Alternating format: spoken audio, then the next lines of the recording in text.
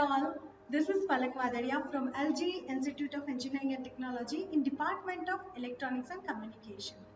Today we will discuss the subject that is Python, and in Python I will discuss our last topic or last chapter, that is what? It's a MicroPython. So first we will discuss the theory that is related to MicroPython, and then we will see some practical execution of the MicroPython. So let's start our today's session. So first we will see what is MicroPython. Then the answer is, see, the MicroPython is a lean and efficient implementation of the Python programming language that includes the subset of the Python standard library, and it's optimized the run on the microcontroller or in a constrained environment, right? So MicroPython is based on the what? It's a Python language, but as we know, in a Python we have a broad standard library, but here you will not get all the function that is available in the Python. So here you have to work in some constrained environment, okay? And here using the MicroPython, so you can interface your hardware. Now next we will discuss that is a MicroPython PyBoard is a compact electronic circuit board that runs a MicroPython on a bare metal and giving you the low-level Python operating system. And that can be used to control all kind of the electronic project. That means suppose if you want to interface with some IR sensor or some temperature sensor, then that can be possible using the MicroPython. And simply we will first of all see many board is available, that is for example PyBoard, then ESP8266, then ESP32, all the boards that is related to what? MicroPython. Now next, that is a MicroPython aims to be compatible with the normal Python as possible, allow you to transfer the code with from the desktop to a microcontroller, or we can say it's an embedded system. Now next we will discuss the features of the MicroPython, right? Then the first feature is what? Is a read, evaluate, print loop, interactive mode. Like in a Python, you have a one IDE, right? Ideally, where you can do the programming. Here also same, you can do the programming with the particular kind of the IDE. That we will discuss later in this session only. Then this allow you to connect the board that have execute the code without the need of compiling or uploading the perfect or quickly learning experiment with the hardware, right? Because you are going to interface the hardware with the software, right? So you require some IDE where you can write your code. Then it's an extension software library.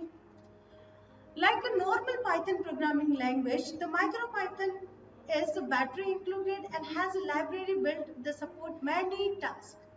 Alright, for example, if you want to do some LED on off task, so for that you require some particular type of the module.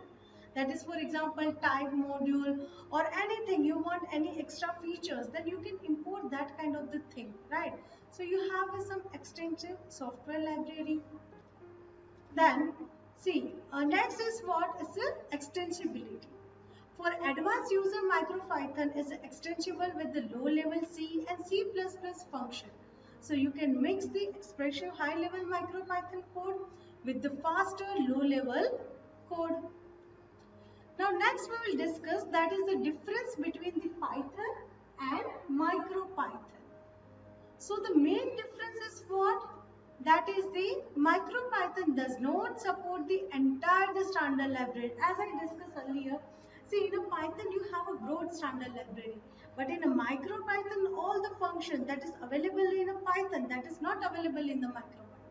So you have to work in a constrained environment. The second is what? Unlike the Python, which user reference counting, MicroPython use the garbage collection of the primary bins of the memory management. The second difference that is related to what is the memory management. And the third is what? See here, same thing.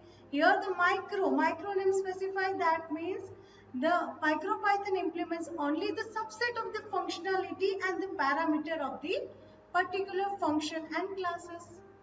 Each specific issue may be treated as an implementation difference and resolved, but there unlikely will ever the 100% coverage that is in a Python features. Alright. Next, We will see the getting started with the MicroPython on the ESP8266. See here I am using that is ESP8266. Instead of that, if you want to use the module that is ESP32, that is alright. If you want to use the PyBoard, that is fine.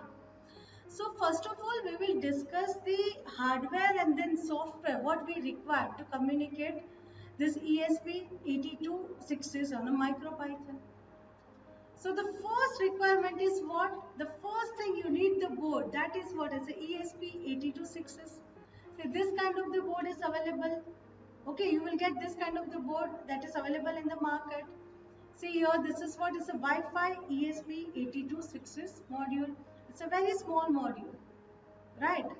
The second one, that is the characteristic.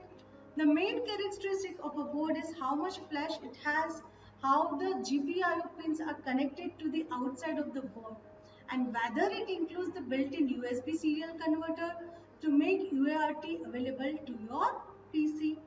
That means, see, in ESP8266, you have some pin numbers D0, D1, D2, D3 like that.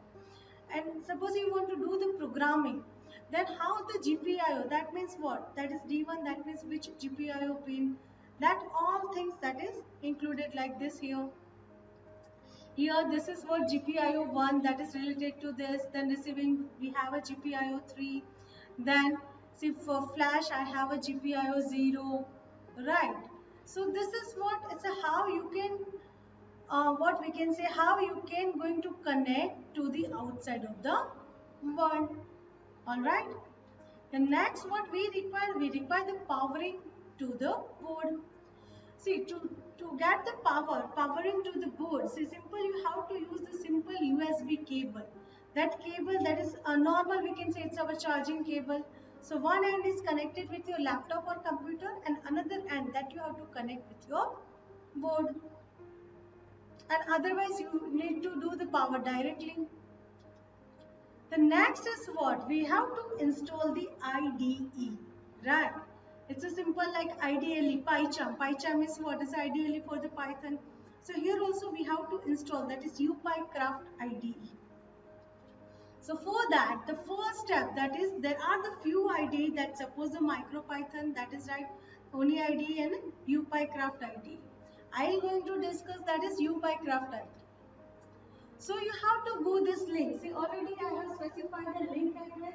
You just click on this link. You will get the link where you can download your UPyCraft IDE. See, after download, simply you have to click .exe file. You have to run the exe file. And then, after downloading, after exe, see, this kind of the window, okay, that is a UPyCraft version v.1 that will display. See here in that we have three different sections. The first section that is files and folder. Then the second is what is an editor window where you can write your program. And then we have a tools. From the tools you can like what we can say it's a save, you can run, you can modify. That you can do with the help of the tools toolbar. Alright. And the last that is MicroPython shell or terminal where you can see your output. Now next, that is what is the folders and file. So this section contains the files and folder like device, SD folder, UPyLibrary, workspace. So in your workspace, suppose if you have created 3 different files, then in a workspace you can see that 3 different files. So whenever you want to open the file, you can open in the workspace. Then the device folder contains the file that is stored in the board of ESP, including the board.py and main.py. Alright. So all the files and folders and that is stored inside our folders and file. Next is what is the editor window. This section is for writing and editing the Python code. So multiple Python file can be opened in the editor window. And next is the tools. As we discussed, basically it is used for the creating new file, then saving the file, uploading the file, connecting and disconnecting of the board, clearing the shell. Right, this all you can do with help of the tools. And the last is MicroPython shell and terminal. This section is for writing and executing the shell command on the ESP board. This section also shows the status of your program, whether it is like if you have any error, that error you can see inside the MicroPython shell and terminal. And next, what we require that is Node MCU driver. For example, I am using this ESP8266 board, then I have to install the driver, because whenever I want to do the programming using the UPyCraft, and whenever I want to run that code, so for that I have to select the COM port. And to see the COM port, you have to install what? It's a driver that is related to your particular board. So this driver can be communicated to the little square chip we mentioned here. This is the name of the driver. Okay, that you have to install. Now you have to choose the right version depending upon your operating system, and choose the installation depending upon your operating system, whether it is 64-bit or 32-bit. And next, that is getting the firmware. See, before that, if you install your driver properly, so how you can check whether the driver is installed or not? So for that, you just go to the device manager, and where in the device manager, you just click on the ports where you can see your driver. Next is what is getting the firmware. So exactly firmware is what? It's a mind. Right, if you want to communicate with the hardware, with the software, then definitely you require the firmware. Then and then you can communicate. So the first thing you need to download the most recent MicroPython firmware. That is, the firmware is what is a .bin file that I have mentioned. So for ESP8266, you have this file. You have to download this file.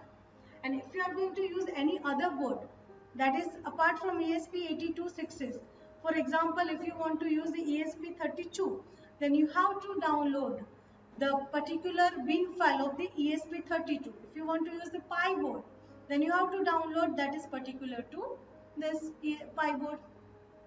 So in short, see, our process is what? Whenever you want to connect any hardware, then simply you have to connect that hardware with your laptop using simple USB charging cable. And then you have to open your what? It's a UPyCraft version. Then you have to write down your code. And then simply you have in that particular UPyCraft, in that you have to select your serial as well as what? It's a serial COM port, as well as your board. Which board you are using? You are using 8266, you are using ESP32, that you have to select. And then simply you have to save your file and you have to run, or you have to execute that file. So this is all about, that is all related to theory concept of the MicroPython. Next we will discuss how you can practically implement the MicroPython. So I hope this session is clear. From this we can say our 90% syllabus is completed. Thank you.